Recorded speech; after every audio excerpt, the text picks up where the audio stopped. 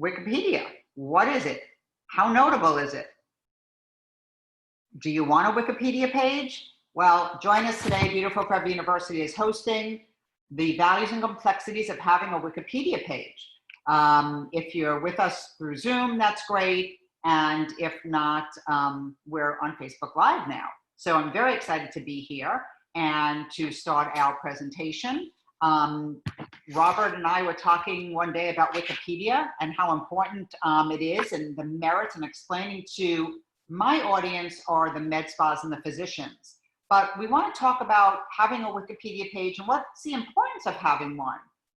There are parameters that you need to know. You need to be eligible, and you need to be notable, which is to be proven through lots of references. And from talking to Robert, as you will hear, it takes months and months and months. It's not like just getting a Facebook page or getting, an Instagram page, which you get instantly. This is a process, and you must be notable, but it is trustworthy, and they want to make sure you're trustworthy and notable to be able to have a Wikipedia page. So we're going to learn more about that today. And so our guest is Dr. Versteeg, and his name is Robert, as I will reference him. And so he started his career in many different paths, historical topics in the medical industry. He creates Wikipedia pages and social media coordination. He was born in the Netherlands. Is that what makes you so handsome? And he obtained his master's in social work.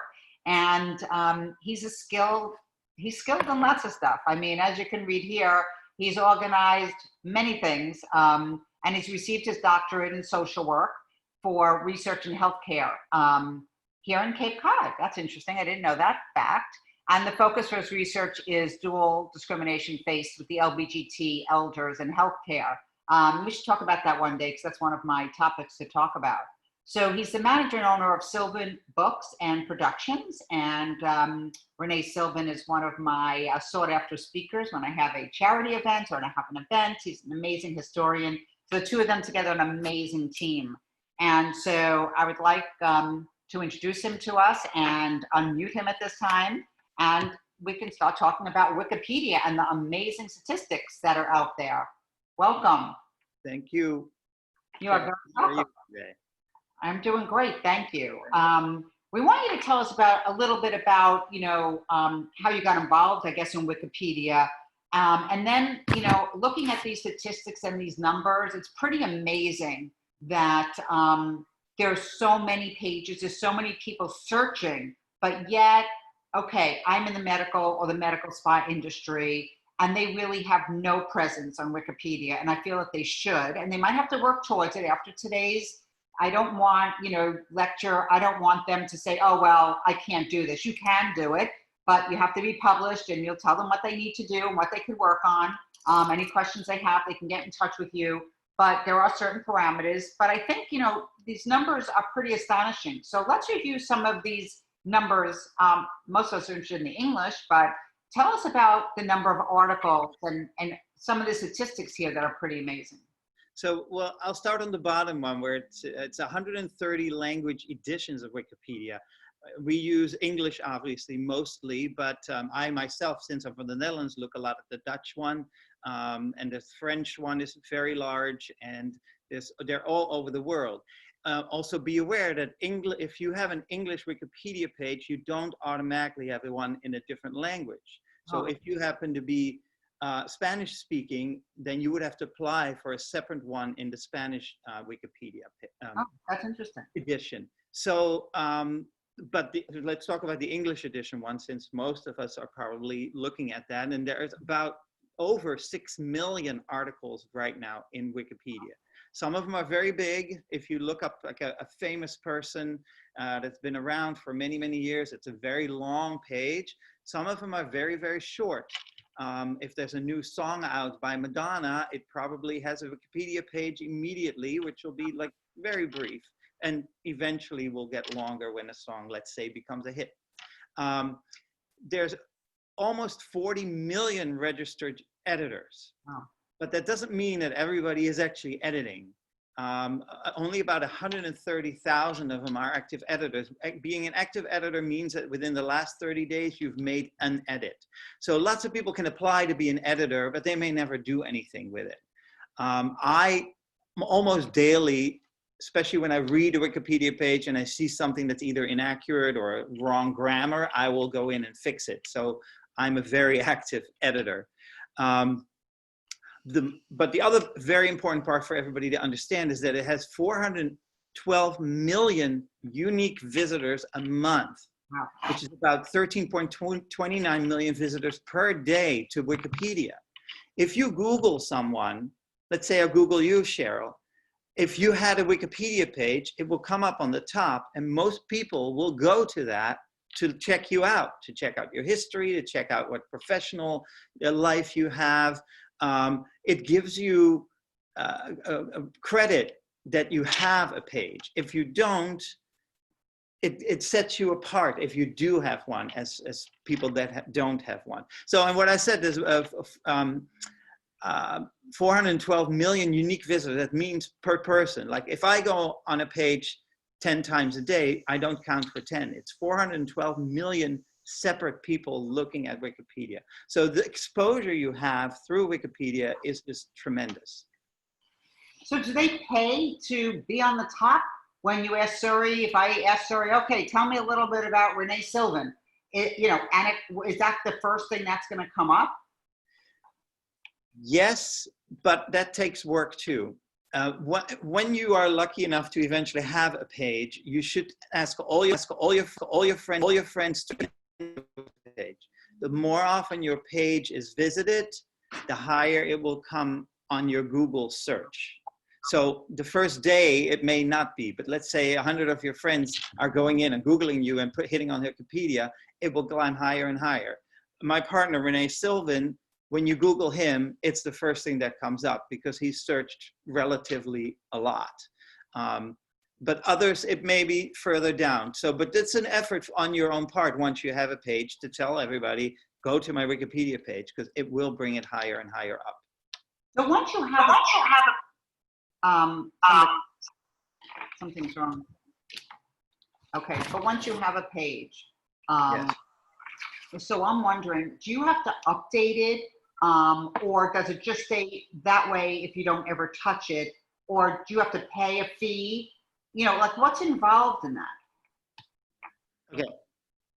If you do it yourself, there's no fees involved. If you hire me to create your page for you, I charge a fee for that. Once you have if you're a living person, that's different than somebody who passed away, like Marlene Dietrich or someone. Their page is not going to change much further ever again. But if you are a living person, then you should have somebody check your page regularly. Number one, to make sure that that there's new things happening with you that are updated on it, so it stays up to date, and also just to monitor that not some hack goes on it and adds something to it that doesn't belong there, because editors could go in and change things. So you do want to monitor your page for sure. And yeah, if you get an award for something, you want that to be added on your page, as long as it's a notable thing. It can't be an advertisement for yourself. You got to be very careful with the language that it's used. It has to be written from a neutral point of view. So it can't give you a lot of accolades of like, Cheryl is the most gorgeous woman in the world and everybody loves her. If I make that statement, I have to have a reference for that, saying, let's say New York Times wrote about Cheryl that she's the most gorgeous woman in the world. Then I can use that reference and say, this was stated by the New York Times. But I can't, when I write this, just say that and make an advertisement for, Cheryl is the most amazing businesswoman and you should follow her page and her business. That you got to stay neutral when it's written. And then you have to back it up with books and with papers and with information. And we'll get to that, I guess, on our next slide.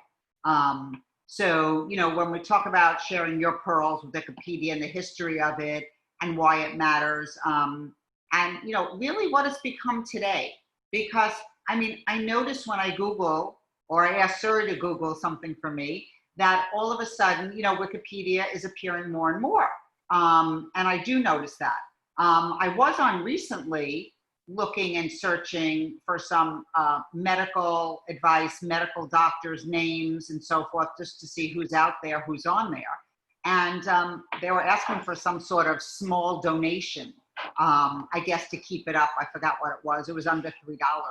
I guess they're looking. So who really funds it? That's what made me think of that when I went on and I was looking some things up. Well, it's not really funded because there's no commercials on it. The only commercials you see is every now and then they ask, could you support us? But there is no real fund for it. It's a worldwide, accessible to everyone, and also editable to everyone. So in that sense, it's free. So there is no cost involved. And even if they ask for a donation, you don't have to. It's not a mandatory thing. What this does lead to is that lots of people do still think that it's not a reliable source of information because people can edit at will something. That's why it's important that you have somebody monitoring your page to make sure that everything is correct and remains correct on it. But actually a study was done where they compared Wikipedia to the Encyclopedia Britannica, the old books that you had. And they found that in articles in Encyclopedia Britannica, there were about 3 errors in every article on average. While in Wikipedia, there's 4 on average in the articles. So it's very similar to even what we take as a standard. But when we grew up, the encyclopedia that was in your father's bookcase and you pulled it out and you looked for an article, it's really not that much less reliable than the standard that we used to go by. The other interesting thing is that some people, because of that image, tell me like, oh, why do you even bother? And I'm like, well, because if I see something wrong, I go in and fix it and correct it. And that's the great thing about it. It is correctable. And so it can be accurate, and you don't have to go by, this is all inaccurate and people are just putting on it whatever they want. So, but the most important part is that you have to stay in control of your own page. That's the takeaway from this. Well, I guess it's almost like your own website in a way, where you really have to keep looking. Nobody could go in and edit it, but you want to keep it up to date. So I would assume if there was somebody notable enough and they had a Wikipedia page and they got an award, or they wrote a paper, or they were mentioned in, a newspaper or magazine, they would have somebody like you, or they would just have somebody go in and edit. But I think to your point that anybody can go in and edit, there's crazy people out there. There's people who do weird stuff. So I'd be a little nervous that somebody could go in and change your page if they don't like you one day, you have a fight with your neighbor. But I think hiring a professional like you to do this is the way to go if you are notable enough. Because one caveat, there are, I guess you call them bots, that monitor what is going on in all the page. And if something really goes out of whack, there's these automatic safe keepers in there that will either remove something or give you a notice saying, you should not be adding this, like something sexually explicit is not allowed, and they will catch those things.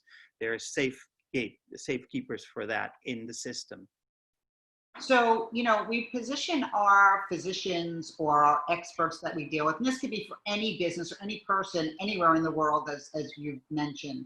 So positioning somebody as an expert, they've written books, they've written papers.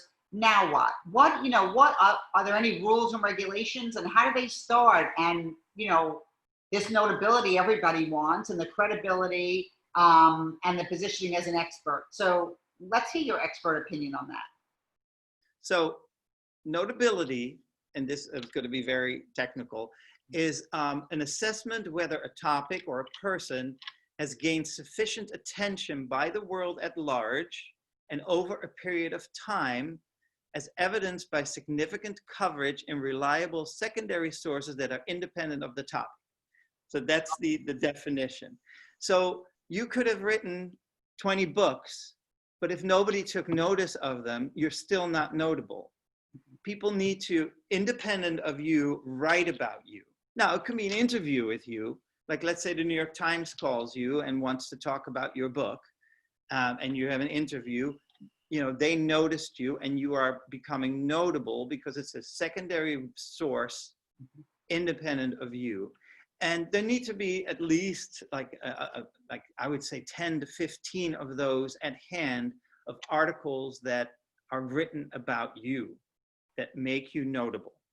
It also can't be like, you know, it was last week that this was written and now we want a Wikipedia page. I mean, there has to be some time, maybe a couple of years, like, you know, you had something written about you in 2017 and 2018, and then you won an award in 2019, and now is another article about you in 2020. It has to be over time also.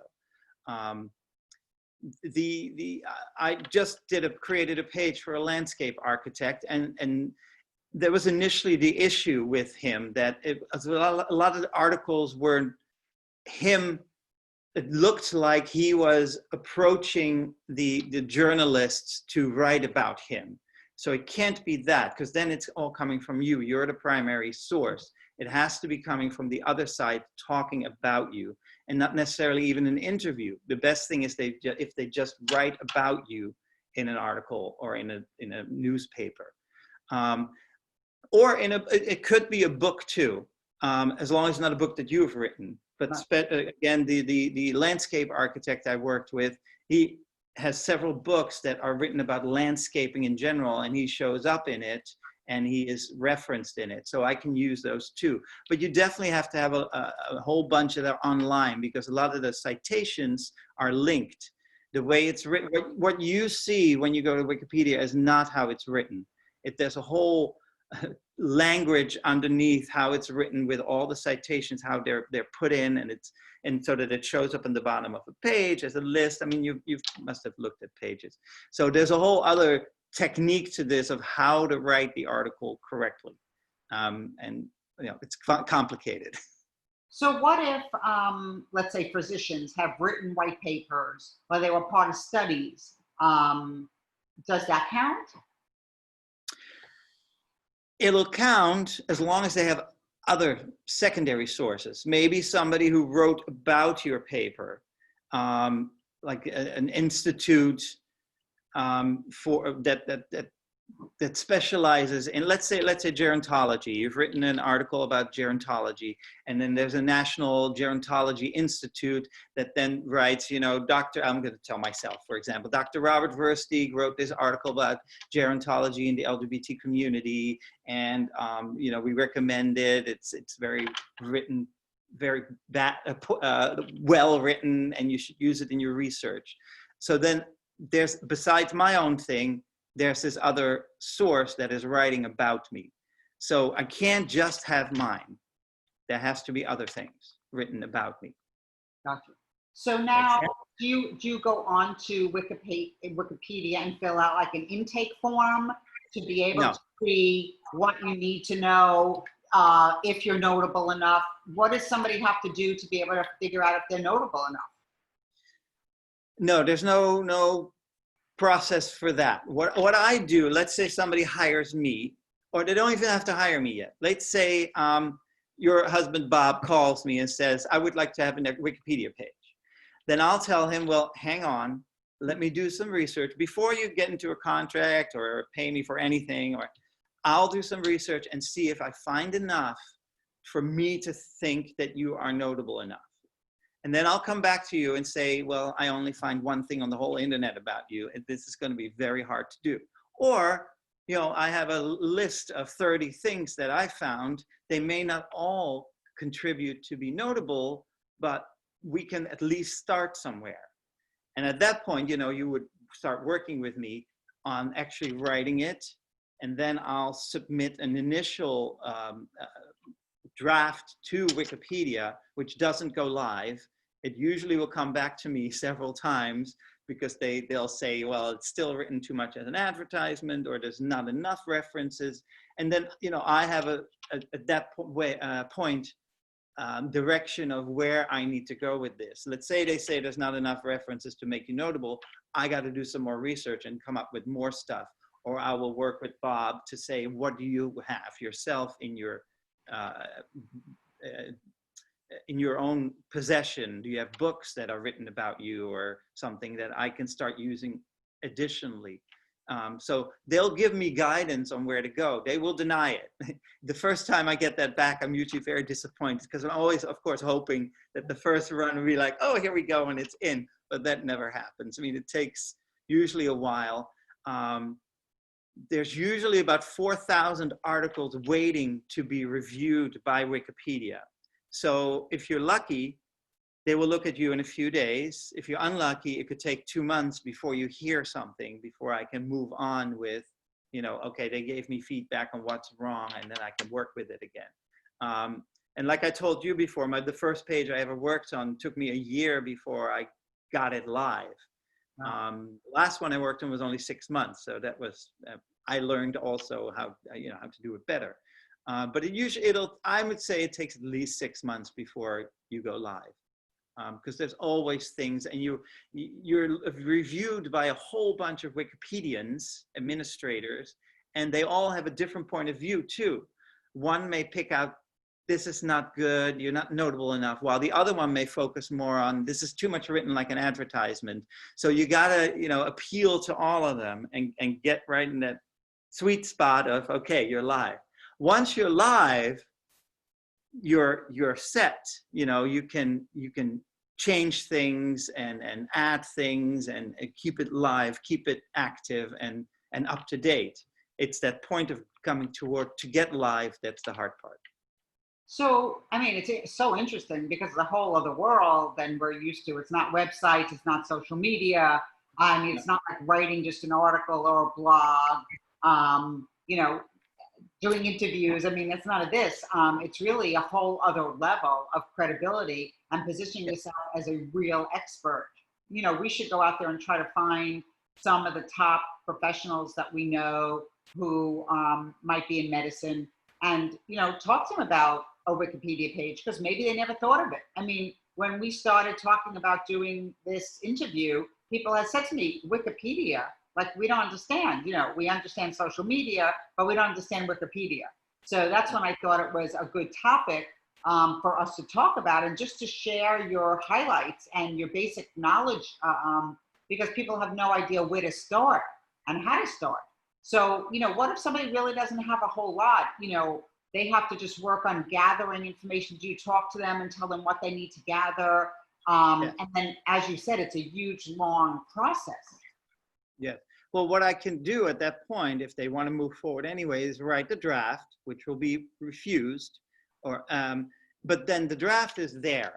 So at least I have a body of something to work with that I can expand on when I work with the person to get more meat to put into the article. All depends in the end if it's there. If it's not there, it's just not there. You can't create something that's not, it doesn't exist. And not everybody in the end will be notable enough, unfortunately. I'll never have a Wikipedia page to have a page. But yes, what you then can do is, try to have yourself written up in articles, in medical journals, some things like that, if possible, if that's an option, and if you have connections in that, I would recommend that you start focusing on that before you start trying to have a Wikipedia page. Right. So it's really not about you writing your own books. It's not about you writing your own content. None of that. It's really having things written about you, which is what, I learned today from you about the Wikipedia and how they just don't accept just everybody. So if somebody does have a page, you really have to know that they are either an expert or they're top of their game. And that's very interesting. We should really look to see how many physicians who haven't necessarily invented vaccines, which we hope there was one, but soon. But something that's notable enough to be on Wikipedia. And I don't know any personal, physicians that are. So if like Dr. Bob comes to you, you will ask him all kinds of questions. I guess you have a questionnaire in a way. Then you create a page if they're notable enough. You send it in. and then it's just a process that's ongoing. So it's really not a lot of work necessarily for the person that's getting in touch with you. You do No. all the work and all of the homework. Yes, yes. I will, before I do a first draft, always send it back to the person to read to make sure it's all truthful, you know, that I didn't make up something that by accident because I found something in an article and then they're like, well, that's not really what happened. So to make sure that from their side, it's also truthful. Now, just one other little side point, because some people find articles that have very few references. This has changed over the years. In the earlier days of Wikipedia, it was anybody could submit an article and almost everything was pushed through because they wanted to create this big body of content. But that has changed over the last 10 years to, you know, there's much more of a process to get a page than there used to be. So just be aware of that, because I have gotten notifications from people like, well, my competitor has a page and he only has 3 references. I'm like, well, did he get his page in 2005? Back then, it wasn't that hard yet. Now, you know, it's much harder. Do you think and it's much more credible? Right. Do you see it changing like in the near future to even getting tougher to get into or getting a Wikipedia page? It's already pretty tough, I think. I've not heard any current changes. Over the years, it has changed and become more stringent about the rules and regulations. In the beginning, it was much more loosey-goosey and let's get as much stuff in there as we can. And the one thing is that you do have to be a registered user now to be able to submit an article. So if you're not a registered user, you can't even go there. But I have not heard that it's going to get more complicated. What is a registered user? When you go to Wikipedia, you can log in. You have to be a logged in member. So it's not that hard to become a registered user. You could just register and now you're a registered user. But to remain active, you have to do a certain amount of edits a month. So I'll look at Wikipedia just for fun, any page that I enjoy, and I'll see something, either just grammar is wrong or something I know the fact is not right, or something that needs a reference and I know by accident that there is a reference. I'll go in, log in, and make that change. So to keep active as a registered user. Okay, so you're talking more on your end as a registered user, as like an editor and a writer, but Yes. as a consumer or as somebody who potentially wants a page, no. And there's no different levels of payment. There's no fees. There's nothing. Somebody like you wants to do this, obviously you have to get paid for your time, but otherwise there's no fees at all. Like they're looking, obviously, like when I went on the other day and they wanted, I'll say $2.99 or whatever the number was very small, because they're looking for funding. So you'd almost think that they would go to the people who are on Wikipedia and ask them for funding to start with, them. But then I guess it becomes political, maybe. If you give more money, then maybe you get higher to the top, and we don't want that to happen. So maybe that's why they don't take money. I'm not sure. Yes. No, exactly. They can't start doing that, because then you're paying for your own notability, and Right. that doesn't sound right. No, it doesn't sound right. So when you do write somebody up, and next time that we talk about this, maybe we'll show some examples, but when you do write somebody up on Wikipedia, does their website appear on there? Do you have a link to their website, to articles that they wrote, opposed to when you're setting them up and it has to be things that were notable and written about them? Yes, that's a different section. Right. On the Wikipedia page. Number one is, on the top of the page, you usually have a box, or it's usually on the side, with their date of birth and where they were born and parents and kids. And you can have their website right there too. Okay. Written articles is in a separate segment underneath bibliography, and that can be there too. So my partner has written 5 books and a couple of second editions, so they're all in the bibliography on the bottom of the page. So yes, Okay. so if I work with somebody, I do need to know if they've written articles or books, because I do want them in there, obviously, and we need to write about them. So if there was one Wikipedia page or two that you would say, go look at it, it's amazing pages, not ones that you wrote, but amazing pages that you would say, wow, you know, you'll read this and you'll absolutely want a Wikipedia page. Whose pages would those be? I'd be curious to see and to look it up myself. Wow. I mean, like, is it Madonna? I know you mentioned her before. I mean, I know you're a fan, but. Well, I happen to be looking because we're doing some research on Marlene Dietrich, and I was just looking at that today. And that's a very well-written page, I have to say. It has good segments in it. The funny thing is I usually more notice when a page is poorly written than when it's well-written. When it's well-written, and that's you know, how it should be. But the other day I found a page that was so poorly written that I just went right away in. I was like, I gotta fix this because the grammar was just out of control, and so I'm more focused on that somehow. Okay, well, but yeah, that's your thing. I mean, you know, you want to yeah. edit, you're an editor, and that a writer. So that's your thing. So that's what you're looking for. So I guess we can all look up any celebrity or any. Is it a television show or like the famous show, The Doctors? I mean, they would probably have a page. Yes, I would think so. Yeah, You I want would me to think so too. I don't know. But I think it's interesting to learn about Wikipedia and to learn that they are not funded by the individuals, and that it is really about the credibility. And I think that that's very notable just in its own right. But you know, is there anything else that we left out for Wikipedia beginners today? Let me think. So it can't be an advertisement. It has to be written from a neutral point of view. Copyright.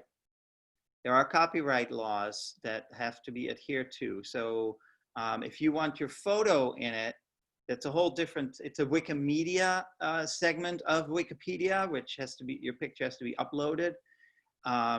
There's copyright things with that. And sometimes I'm denied having a certain picture. So if, you know, I work with people on that too. The easiest is if I come meet you and I take a picture of you and I put that on Wikipedia, because I could just say it's my own work and I have the copyright to it. But if you give me a picture, then we have to prove that you own that. So it has to, copyright laws are, you know, very much adhered to. No, that's kind of it. So it's Wikipedia, Wikimedia, and there sounds like a lot of details go into this for a long period of time, but obviously it's worth it if in fact it's something that you ultimately want. You have to work your way towards this page. And I think, you know, for a lot of people listening in the audience today, it would be something they'd have to work towards, and you'd be the one to help to guide them to do that. But remember, millions of visitors a day, you know, and even if 500,000 visit your page today, I mean, the exposure is just tremendous. Plus, in new patients, if they look you up and you have a Wikipedia page, I bet they're going to be like, oh, I want that doctor and not the one that I can barely find anything about. You know what I mean? That's, you know, it gives you credibility, and they can find out something personal about you and your history and what you've done professionally. They immediately know you a little bit. While somebody, you know, just has their own website, you know, it doesn't give that extra credibility. No, and I thank you for that. I mean, the information is amazing, and obviously it can go on and on. The numbers are unbelievable, how many people are on, how many pages there are. That's why we put that slide up before, because it was really interesting to me. When I saw those numbers, I was like, wow, you know, I used to think LinkedIn had a good amount of numbers. Oh my God, this is unbelievable. Oh, yes, no. So Wikipedia, yeah, Wikipedia is definitely something for all of us to work towards. And now I just learned that there's a Wikimedia, which is, I guess, you know, the media part of Wikipedia. But is there anything else that you want to add to today? No, I love you, Cheryl. How about that? No, I enjoy seeing you. I enjoyed seeing you too, and I look forward to having you. I look forward to having you back. And maybe even through the Beautiful Forever University is what we're working on, a platform now to launch ongoing education. I'm an educator by trade, as you are, and we want to impact and give as much knowledge, because with the knowledge, people can be more successful. And so we do these sponsored by Beautiful Forever University, interviews once or twice a week. And I want to continue growing that educational platform. And so we're in pre-launch mode for the Beautiful Forever University. I have a lot of content. Most of it I've written myself. There were things written about me.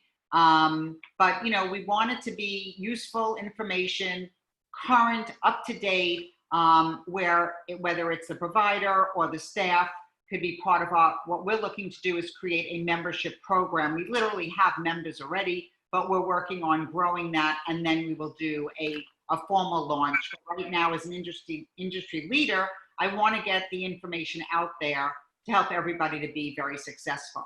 And so that is what Beautiful Forever University is all about. And we always offer attendees some, offer. And so, everybody needs strategy planning for 2021.